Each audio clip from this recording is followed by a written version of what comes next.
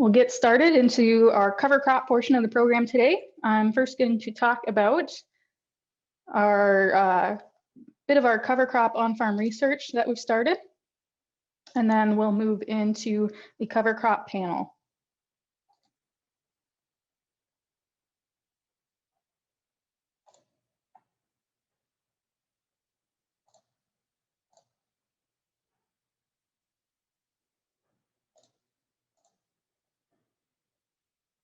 All right, now that we've got that going.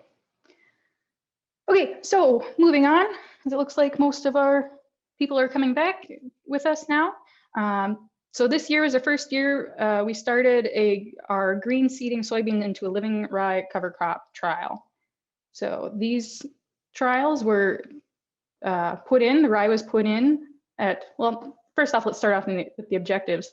Our goals for this, testing out this trial, at least the on-farm network's goals were to try and see if there was any way that cereal rye might help with IDC, similarly to how it's been researched seeding oats with the soybeans to potentially try and help with IDC with some mixed results. So we decided to see if rye might help, and to also measure weed control, estimate weed control or the impact on weeds that the rye might have in the soybeans during the soybean season.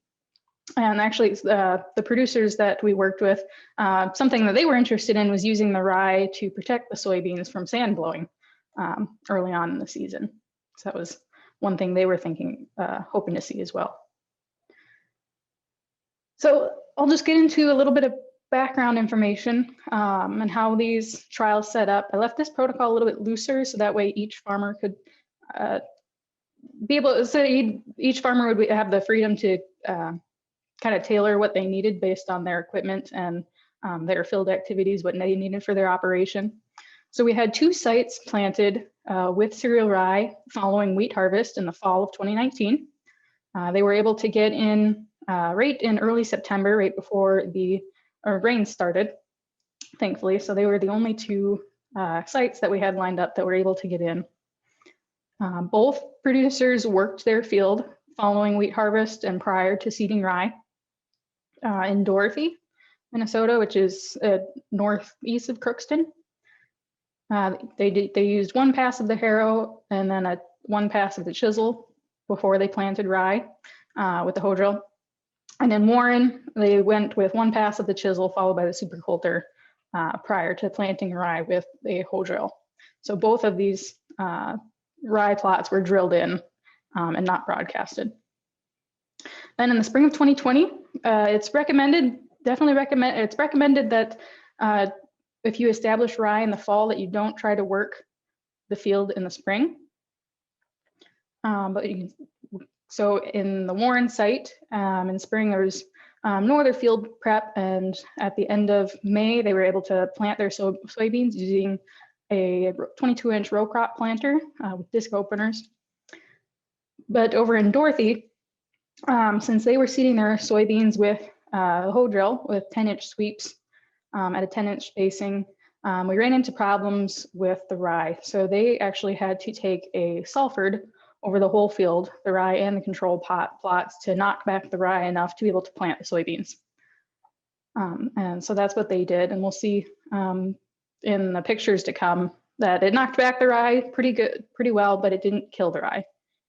So we're thankful for that. And then both sites terminated rye with their herbicide tank mix towards the middle to later June with their herbicide tank mix for the soybeans. And so here's some pictures that we had. This is from the fall of 2019. Thankfully the fields aren't too flooded. And this was prior to freeze up, so at the end of October. You can see we had a lot of rye and volunteer spring wheat here at Dorothy, as compared to at Warren. This field, basically the rain turned on and this field sat very saturated, as did many fields. And so the rye really didn't get, there'd be rye and a little bit of spring wheat mix in here, but it really didn't get very big before freeze up. So we were kind of worried that it wouldn't come back in the season or in the spring, which turns out we did not have to worry about. And so these are some pictures from the spring rye growth at soybean planting. And so we'll start off first here on the left. We've got pictures from Dorothy before and after the Salford, the vertical tillage pass. So the very left picture, you can see the control strips with no rye, and maybe we got some little bit of weed flush here. And then on the right, we can see the rye is coming back very well. And then in this middle picture, that is Dorothy after the Salford pass and after the soybeans were planted. So this was hit with the Salford and the hoe drill. And so you can see we've got the rye definitely knocked back quite a bit, but not completely gone.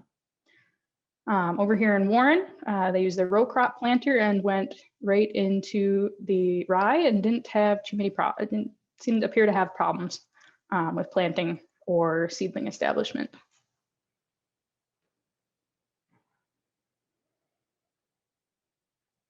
And so we did, one of the things that we measured was biomass at the time of soybean planting, and then also at rye termination. We didn't have any fall 2019 biomass data because of all the volunteer spring wheat mixed in, and trying to discern the two, I didn't want to end up with a lot of mixed data. So that's why we didn't have any fall biomass data, but here we have the soybean year data. So what was left here at Dorothy after planting, it was about 347 pounds of dry matter per acre. And so I've kind of got, to help you get an idea of what that is, I tried to include what maybe a straw bale equivalent would be. So if you're harvesting, if you're baling your straw after wheat harvest and this were a 600-pound bale, this is about what the equivalent would be similar to as far as rye biomass. So here we had about 350 pounds at planting at Dorothy, 240 pounds by the time we reached termination. You can see that the rye plants did head out at the time, by the time the rye was terminated, but still our stand here is pretty thin. In Warren, we had a good stand. Again, we had about 250 pounds of dry matter, maybe about a third to a half a straw bale's worth of material out there. But this 20-pound per acre rye stand turned into quite a thick rye stand a month later.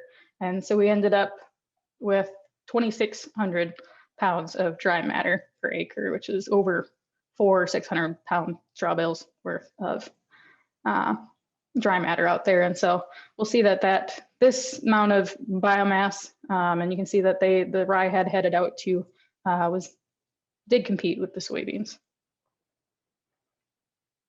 And so so we took several different measurements, things in season. So one thing we measured was soil nitrate, and at soybean planting, or prior at the time of planting, and then also at rye termination.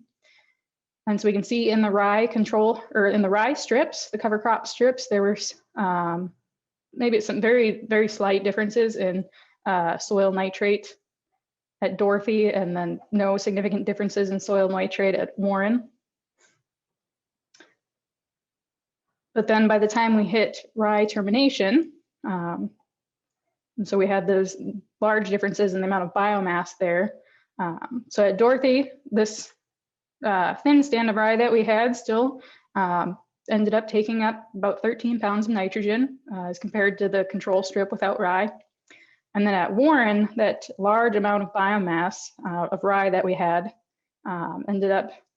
we had about 40 pounds difference in nitrate between the rye and the control strips. So the rye strips had 40 pounds less soil nitrate than the control strips.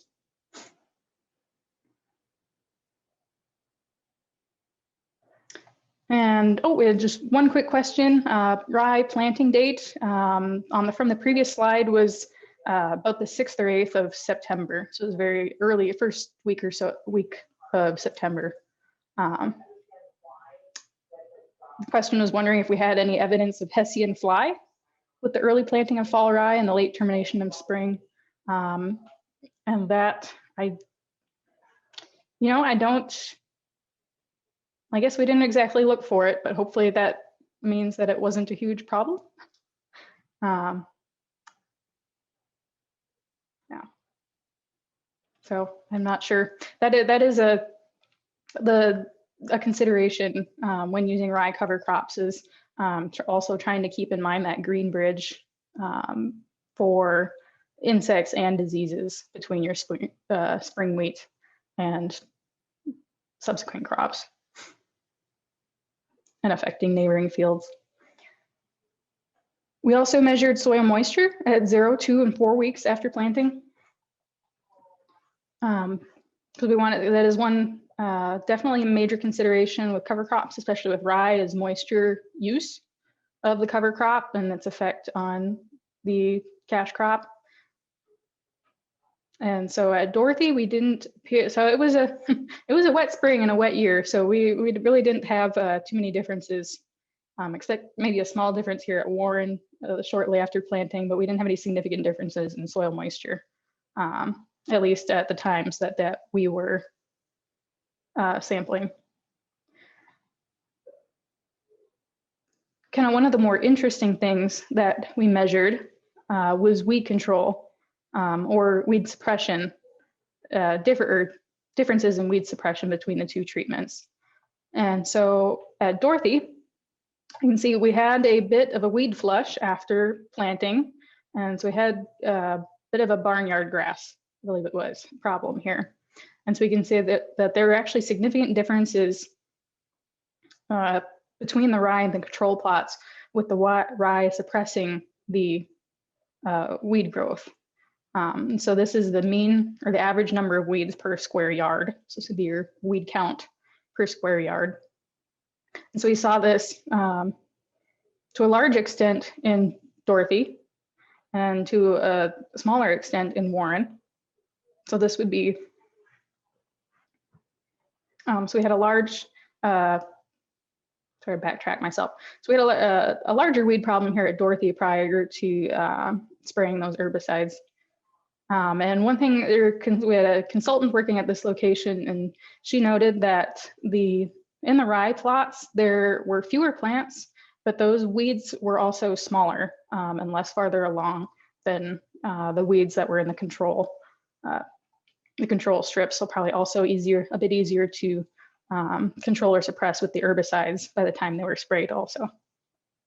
And also, since these, the main weeds here were grasses, one thing we can think about too is the allelopathic effects that rye have. So rye is very allelopathic, meaning that it essentially puts out chemicals into the soil that inhibit the growth of other grass species.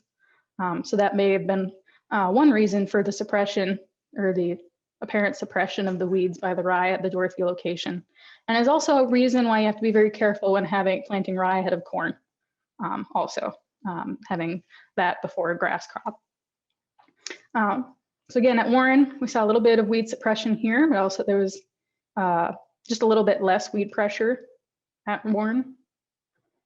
But something definitely to think about if you're looking for alternative weed management practices, especially as we have weed resistance growing in the region. So consider using cover crops as a potential tool. But as we're considering, if you're considering cover crops as a potential tool for weed control or for other things, also just bearing in mind that cover crops also take some extra management to make sure that they themselves don't become an interference or a weed. And so something that we ran into, we're still just not quite sure what happened, honestly. At Warren, the plants came up okay, and then later in the season, towards the end of June and July, it was very apparent and to the line that we had stunted yellow beans in the rye plots. And it looked quite, to me, like a textbook IDC issue with upper yellow leaves and interveinal chlorosis, but not any good explanations for why that might have been. We at both sites, we kind of did an informal poking, not an informal survey, poking around at also the roots and the nodules on the soybeans. And where the soybeans were yellower, we had fewer nodules that weren't fixing nitrogen, and the green healthy plants had many more nodules that were had that pink color that were actively fixing nitrogen. And so we're just not sure if this was IDC or just lack of nitrogen. Because remember that rye crop had about 40 pounds less nitrogen residual soil nitrate here available too. And so if the soybeans weren't fixing, maybe it's a combination of both. But yeah, so we didn't have this problem at the Dorothy location. So just not quite sure what the exact causes were to tell you guys, but just something to keep in mind. And I think just another reason, or just making sure that we terminate probably sooner rather than later. Err on the side of earlier termination to stay on top of the amount of biomass that we have out there.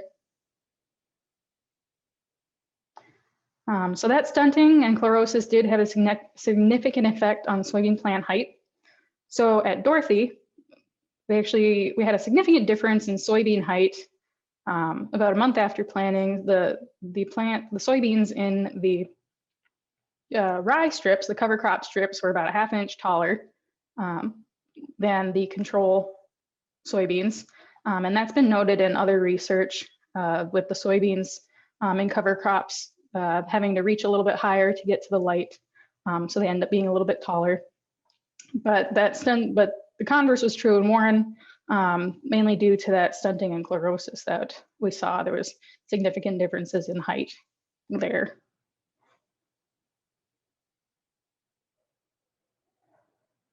And we saw that effect also roll over into the yield and quality. So at Dorothy, we didn't have any significant differences in the rye plots versus the control plots.